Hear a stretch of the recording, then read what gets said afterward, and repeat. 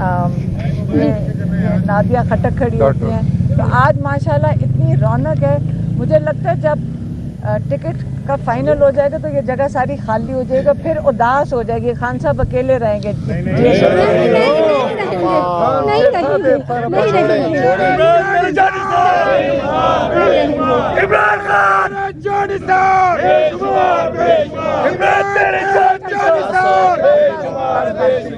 काश ये पिछले 4 महीने में हम ये नारे सुन लेते। आज हम, मुझे लगता है जब टिकट हो जाएंगे सब चले जाएंगे। अच्छा अभी ठहर जाए।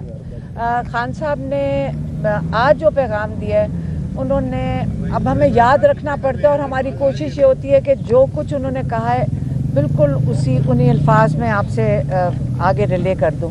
उन्होंने कहा कि पिछली कई सदी दिहाइयों से लोग जो पाकिस्तान के ऊपर जो हुकूमतें आई हैं उसके अंदर आम तौर पे वही लोग हैं जो पिछले 40-50 साल से जो हुकूमत में आते हैं, एक हुकूमत से दूसरी में चले जाते हैं और उनका मकसद यही होता है कि अपने बिजनेस इंटरेस्ट कंट्रोल कर सकें।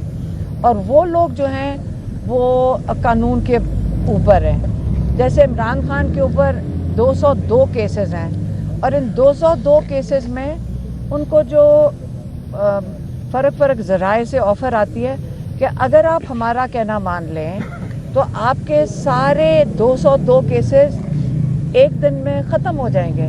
तो एक दिन में केसेस कैसे ख़त्म हो जाएंगे? अव्वल बनने नहीं चाहिए थे, जब बन गए तो एक दिन में केसेस कैसे ख़त्म हो सकते हैं? ये हमें सबको इस पे सोचना चाहिए कि जब बना देते हैं तो 10 साल भी अंदर डाल देंगे। तो कानून इस वक्त इंसाफ जो है, जो इमरान खान की कहते हैं मेरी पार्टी है तहरीक इंसाफ, उसका मकसद ये था कि सारे पाकिस्तान में जितने भी लोग रहते हैं वो कानून के ऊपर ना हो। और जब तक हम कानून के अंदर लोगों को नहीं आएंगे, सबके लिए एक इंसाफ का निज़ाम नहीं होगा, कहते पाकिस्तान के आगे तरक्की करना नामुमकिन है।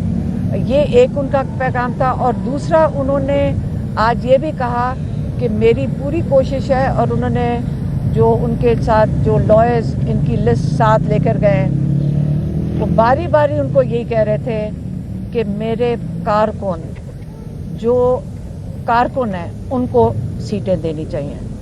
ये नहीं है कि वहाँ पे किसका पैसा ज़्यादा है। उन्होंने ये भी मैंने सुना उनको कहते हुए, हमें नहीं कह रहे थे, लॉयर्स को कह रहे थे, मैं आपको सिर्फ बता रही हूँ। उन्होंने कहा ये नहीं देखना चाहिए कि कितने करोड़ रुपए खर्च सकते हैं, आपने ये देखना चाहिए कि पाकिस्तान के लिए जिनका हक बनता है वो हैं जो कारकुन हैं, और कारकुनों को आपने मैक्सिमम कोशिश करनी है कि उनको ये टिकट्स अवार्ड करने चाहिए। ये उन्होंने कहा था। अन्य सवाल ज़रूर पूछना होगा, ये इन्होंने ज़रूर पूछना है। हाँ, ये बताइएगा कि आपने कुछ दिन पहले कहा था कि जो साइबर केस है उससे मतलब बरतानिया और अमेरिका में भी केस फाइल किए जा रहे हैं, तो उस हवाले से कोई पेश रखते हैं क्या? कहीं पे केस फाइल हुआ है या वो मौखर हो गया? मौखर हो गया नहीं, उसके बारे में आपको जितना कम बताएं उतना बेहतर है। आपको जल्द बाहर से पता चल जाएगा। 1-2 केसेस ऐसे भी फाइल हुए हैं, ज़रूरी नहीं कि हमने डायरेक्टली किए हों, जिसके अंदर वो डिमांड कर रहे हैं कि ये जो हम